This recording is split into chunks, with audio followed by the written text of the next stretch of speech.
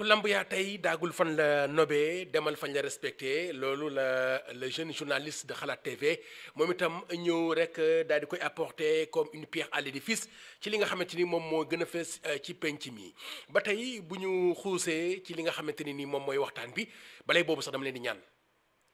ngeen bës ci j'aime bi wala ngeen bind seen commentaire s'il vous plaît dama leen koy ñaan wala ngeen partager vidéo bi ngir ñeneen ñi mën cee jot ñoom itam jàngat seen jàngat beneen bi ki des mooy boo abonné gul wala nga bees ci chaîne bi ñu lay ñaan nga may ñu doole abonné pour que ñu gën a mën a am la force de pouvoir vous donner des informations yi nga xamante ni lépp dañ koy teg ci objectivité teg ko ci jéem a fexe éclairer la lanterne des Sénégalais pour que ñu gën a xam exactement fan la dëgg gi féetee donte dëgg gi dëgg la yow nga yor sa dëgg kee yor dëgg mais bu kenn ku nekk waxee ci sa aqulay taala su boobaa conscience ak xel mu rafet dina mën a tax nga mën a xam fan la dëgg gi mujjee ba tey ñu xuus ba tey ci li nga xamante ni mooy jàngatu tey bi dañuy dem ba Dakar Matin am na koo xamante ne moom ay révélation la wax nee na ancien régime bi ay milliardaires lañ ay opposants milliardaires lañ te am nañ benn machine bu ñu organisé nekk benn lobby boo xamante ni ay journalistes ñi ngi ci biir ay chroniqueurs ñi ngi ci biir te dañ ko hiérarchiser ba kenn ku ci nekk angolo war di fayeeku mu ngir ñu am benn élément de langage chaque jour ñuy wër ci plateau yi ngir mën a pare pour di xeex ak le nouveau régime te leen dong la mooy seen jeexital gi nekkul leneen lu ñu nañ fexe ba nit ñi wax ne ñi fi nekk mënuñu wala duñu réussir seen mission waaw donc dañ koy teewlu Dakar Matin xewe woon comme ça buñ ca jógee daal di ñëwaat ci li ci des. dafa mel ni liñ may ji dëgg la takkee naa si waaye loolu ma si takkee du man dong. non parfaitement parce que moom moo ko waxal boppam liñ koy jiiñ. nee na du moom kese donc yoon nag dina xool ñan la ko bokkaloon. bu fekkee li ñu koy jiiñ am na aussi par rapport à présomption d'innocence voilà il est toujours présumé innocent voilà comme li may wax rek voilà am na yoo xamante ne nii àdduna jaral ma ko politique jaral ma ko après su yoon saytoo dina xool kan mais li ma ci mën a wax rek mooy nekk le président Macky Sall budul moom ak njabootam ñoom ñi ñëpp dañuy sonal seen bopp rek yëgu leen tinu leen fi mu nekk nii ce qu'il fait mooy il est dans une communication boo xamante ne nii Seydou Gueye moo ko porté mën naa ko wax ak des chroniqueurs yoo xamante ne nii hiérarchie A B C D donc D mooy ñi nga xam ne ñoo ne sur les réseaux di pilonner di intoxiquer non parce que li ma la wax sànq rek le parti la mouvance présidentielle amatuñu maanaam ñi nga xam ne ñoo doon porter le projet fi mu ne nii dañoo am ay responsabilité par rapport ak état bi donc amatuñu assez de temps donc il faut une réorganisation au niveau surtout des départements parce que comme le département Dakar il faut que mu am une organisation pour permettre ñu faire face ak ñële parce que seen kii ni ñu ko organiser par rapport ba ci chroniqueurs yi am na chroniqueurs yoo xamante ne ils perçoivent 1 million par mois am na chronique bien sûr am na chronique pour dire que c'est tout un parfaitement maanaam mafia la daal hiérarchie B bi 1 million la ñuy am par mois hiérarchie A bi mooy ñi nga xamante ne nii les hommes d'affaires ñi nekkoon ak ñoom ñoo leen di gérer. man dama bëgg a comprendre ce qui veut dire que jamono ji su ma la déggee moom moo di ñi nekkoon ci opposition bi dafa am ñu ñu taxawal boo xamante ni c'est très bien organisé c'est très bien organisé te su ma la déggee da nga wax hiérarchie A B ba D C ba D donc hiérarchie bu ne ak li muy fayeeku hiérarchie bu ne hiérarchie D ñoom ñoo ne ci réseau yi ñoom la ñuy jox par mois 200 000 300 000 mooy D donc C bi mooy des débatteurs ñoo xamante ne amaguñu yenn horaires yi ñoom ñu ngi leen di jox entre 500 600 ñi nga xamante ne et ça c'est par mois ñi nga xamante ne nii mooy chroniqueur yi nekk en vogue parce que am na booy chroniqueur boobu am na benn émission bu ñu daje woon ak fële ci Doudou Coulibaly je lui ai clairement dit ça c'est que pour plaire parce que parfaitement parce que soo gisee Waly Diouf Bodian ne la nous sommes face à une opposition boo xam ne ay milliardaires lañu c'est vrai c'est parfaitement vrai parce que ñoom fi mu ne nii lekk la ñuy xool suba ba ngoon la ñuy xool pare nañu seen ay VAD seen dagg yooyu ñuy def ñu xool seen chroniqueurs yi jox kenn déclic suñu paree del xool di tikkoo tak même émission avant moo génn sax génne nañu vidéo bi def seen ay kii voilà pour vous dire ñoom am nañ seen organisation boo xam ne mettre nañ ko en place parce que li Sow waxoon laay wax l'ancien ministre conseiller du président Macky Sall ñoom bëgguñu le président Bassirou Diomaye Faye réussir bëgguñu le premier ministre Ousmane Sonko réussir ñoom ñoo ko waxal seen bopp. donc ci loolu jàppoo ni kon cas bi nga xamante ni moom moo ñeel kaawu Hardiata Tandian nekk preuve bu patente excusez-moi. Parfaitement. parce que koo xamante ni danga dem ba def li nga xamante ni faux usage de faux ci document administratif dem bay def usurpation de signature de kii di premier ministre. tàmm laago la gis nga à leur niveau ku nekk am nga rôle moom peut-être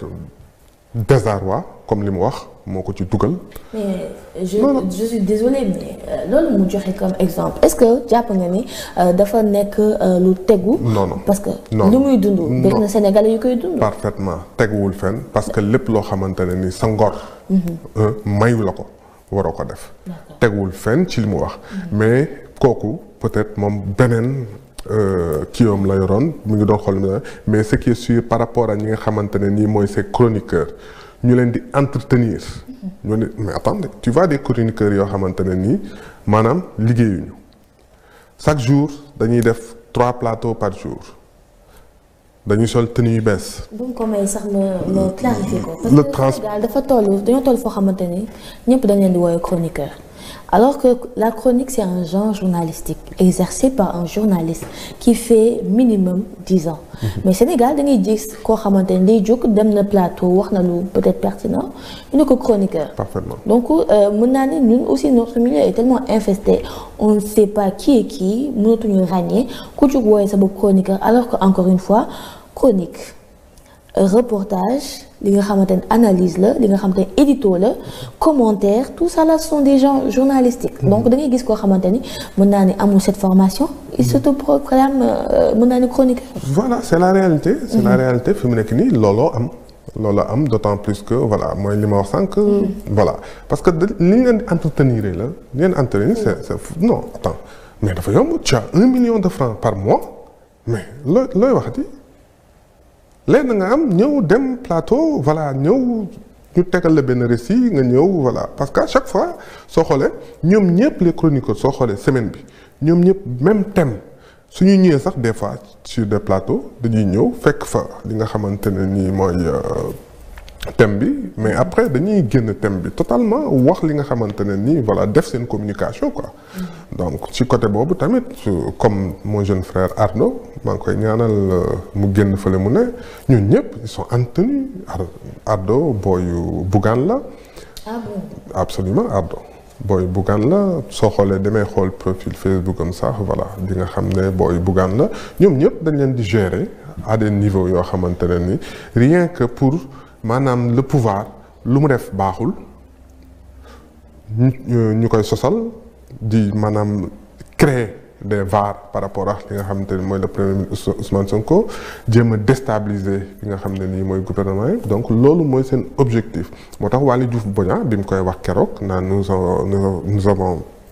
affaire avec des opposants milliardaires nga foog seen milliardaires yooyu nag ñu ngi koy mettre à contribution. pour li leen tax a jóg li leen ñor mooy nekk naka le gouvernement bi di échouer. Très bien. te loolu il faut que tamit la majorité présidentielle mën ci jël ay voilà def communication réorganiser wu parce que d'autant plus que ñi nga xam ne ñoo doon tenir communication bi ñoom tamit n'ont plus assez de temps par rapport à cela mën a réorganiser wu au niveau des départements pour que ñu mën a apporter des répliques mën a rétablir les vérités.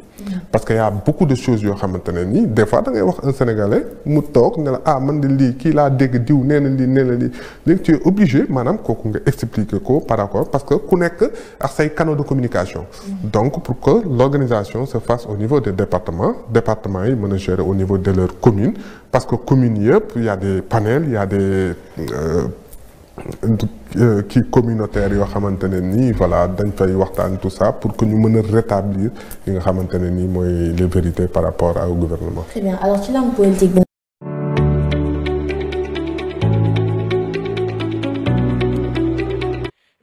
mu nekkoon rek waxtaan bu amee woon fële ci Dakar matin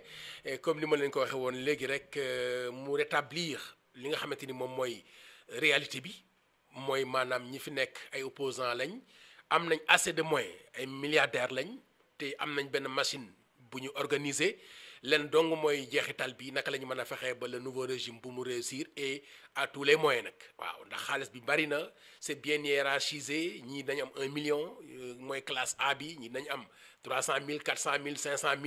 000 xëy suba teel ñu am benn élément de langage toujours ci lañ leen di jox mu nekk benn machine boo xamante ne c'est très bien organisé ba tey yéen a ngi ci seen émission jàngat ci kaw jàngat yéen a ngi ci Promo Média TV di leen di ñaan ngeen di bës ci bouton bi nii def leen ko s'il vous plaît bu ngeen ko defagul ngeen abonné s'il vous plaît bu ngeen ko defagul partagez leen ñu vidéo bi aussi que ça soit viral pour que ñin ñu mën cee jot ngir ngeen may ñu mën a may doole ñu mën a continuer li nga xamante ni moom mooy liggéey bi. ba tey ci information bi tey jii li gën a fës mën nañoo wax ni jamono ji Ousmane Sonko waxee dëgg ñi nga xamante ni moom mooy suñu ay partenaires yi nga xam ñoo ñu war di lebal ay FMI ak ni mel gars yi dañ doon wax ni kat c'est fini julli tubaab gars yi dootuñu leen mën a lebalati ndax kat mooy loolu waaye tey ci suba ki représenté FMI ki diwaanu Sénégal dafa taxaw wax ni dafa kontaan ci régime bu bees bi ci dëgg bi nga xamante ni ci la ñu nekkee ba tax na ñi ngi xool di waxtaan naka la ñuy jooyantee ak yenn bunt ak yenn fenêtre la ñuy tijji pour mën a xool nañ leen ni mën a gérer dette bi pour que ñu mën a amaat benn collaboration dans la durée et à l'avenir kon di wane rek ni Pa la ñaa daana wax naan fen du bee jaaw fen lu mu yàgg bu jëlee ascenseur dëgg bu doxee sax dina ko mës a dab ndax dëgg mooy dëgg ndax dëgg mooy yàlla te yàggul dara comme ni ma ko waxee woon ñoom jàppoon nañ ni vérité bi nga xamante ni moom la ñu waxoon te wax ni dañoo falsifié li nga xamante ni mooy chiffres yi bokk ci li tax ñu baree bare doon wax naan waruñu koo wax dañ ko waroon a nëbb ñiy wax ni que jubal jubanti moom mooy seen credo waaye tam tegu ci yoon transparence lépp di leer àndandoo ak dëgg ci seen ay partenaires waaye tam daal di signé woon tamponné wax ni kat Sénégal dañuy mus di ànd ak ñoom ci benn climat de confiance ak ci benn contrat de confiance bi nag suñu diggante toujours dëgg gi ak réalité bi li mën a nekk lañ leen di wax li mënta nekk ñu wax leen mënta nekk fu mbir mi toll ñu leen koy wax je crois que depuis boobaak léegi ci même siège boobu la ñu nekk te dëgg boobu noonu mi ngi commencé di joxe ay jeexital comme ni ma ko waxee léegi waa FMI ñoom ki leen fi représenté rafetlu na dëgg bi nga xamante ni moom la gouvernement bi wax ci kees yi fi mu toll partenariat bi ñu amoon bor bekk ni mu fa demee lépp ñu leeral ko ba tax na climat wala bokk contrat de confiance bi dafay war a gën a continuer ndax ñoom nee nañ dañuy préférer di collaborer ak ñu nga xamante ni dañ leen di wax dëgg lépp tegu ci transparence que ñi nga xamante ni dañuy ànd ak ñoom di teg ci ay njuuj njaaj ak yu ni mel kon ba tey Karim tam génn na Karim Xurum Xaq comme ni ñu ko waxee def na conférence de presse démb amul lu mu yàqul Ousmane Sonko li nga xamante ni moom la Badara Gadiaga wax sax lu ko raw wala nga multiplier ko par 100 loolu la Karim wax mais gars yi ci commentaire yi nee nañ Karim dafa mel ni que da koo tàmm quoi dafa am envie dem korité ji fële ci kaso ba bu ko kenn topp et on a comme l'impression que moom dafa bokk ci ñi nga xamante ni nii dañuy jël je ne dis pas bugguma sos man itam waaye ki nga xamante ni moo doon wax ci Dakar Matin nee na am na ñu nga xamante ni nii c'est des chroniqueurs ñii c'est des journalistes ñii itam ay gars la yu nga xamante ni dañuy encaisser pour mën a pare pour di dem Karim xëy na peut-être moom toujours dafa mus a féete ci peuple bi mus a ànd ak nguur waaye nag ni mu xaw a virulent ak ni mu xaw a waaw daal wax ju ñaaw jeeg saaga yeeg yu mel noonu tu as comme l'impression que ni que sax te ñu ngi koy wax ni il paraîtrait que est-ce que sax nekkul ni que dafa encaissé ci pet waxuma ko gars yee ko wax seen xalaat rek la donc xuma nag yéen la mooy seen xalaat ndax li muy wax dëgg la li muy wax xalaatam la d'accord ngeen ceeg moom wala da ngeen a yaakaar ni que dafa encaissé moom moo tax muy taxaw di wax li mu war a wax ba tey dañuy xool ndax dinañ koy topp yoon daf koy topp ndax li mu wax ci place publique bi wax ko ki nga xamante ni nii jëwriñ la nekk le premier des ministres di Ousmane Sonko nekk ay wax yu ñaaw yamul ca Sonko dem na ba ci le président de la République xotti na war maam daanaka wax ju ñaaw jëmale ci moom muy Karim Xurum Xaq waaye tam aussi ba tey ñu ngi ci démocratie ku ci nekk libre nga pour wax sa xalaat waaye nag liberté boobu mu war laa mën a permettre ngay pare pour di xotti war maam nit ki dem ba di àgg ci di ko saaga wala nga di ko wax lu ñaaw incha allah dinañ topp information bi ak Karim ak la mu wax ak ñamu àndal le 2 avril bi nga xamante ni ci lañ war a rek dugal projet de loi bi ñoom ci lañ wax ni ci lañ fas yéene taxaw def seen marche est-ce que dinañ leen jox autorisation wala est-ce que dina am wala balay boobu ndax moom dina ko fekkeem déet ndax li mu wax yoon du ko ci teg ay tuumam déet lu mu ci mën doon nañ ko topp incha allah fii ak suba lu mu ci mënti doon ñu daal di ñëw rek waxtaanaat ci seen émission jàngat ci kaw jàngat ci seen chaîne Promo Média TV en tout cas ça a été un très grand plaisir de vous servir comme ni ñu ko doon defee boobaak léegi di leen jox digg daje incha allah suba di leen rek rappeler ni que derrière chaque spectatrice ou spectateur satisfait de Promo Média se cache une vie heureuse et un projet bien heureux à demain incha allah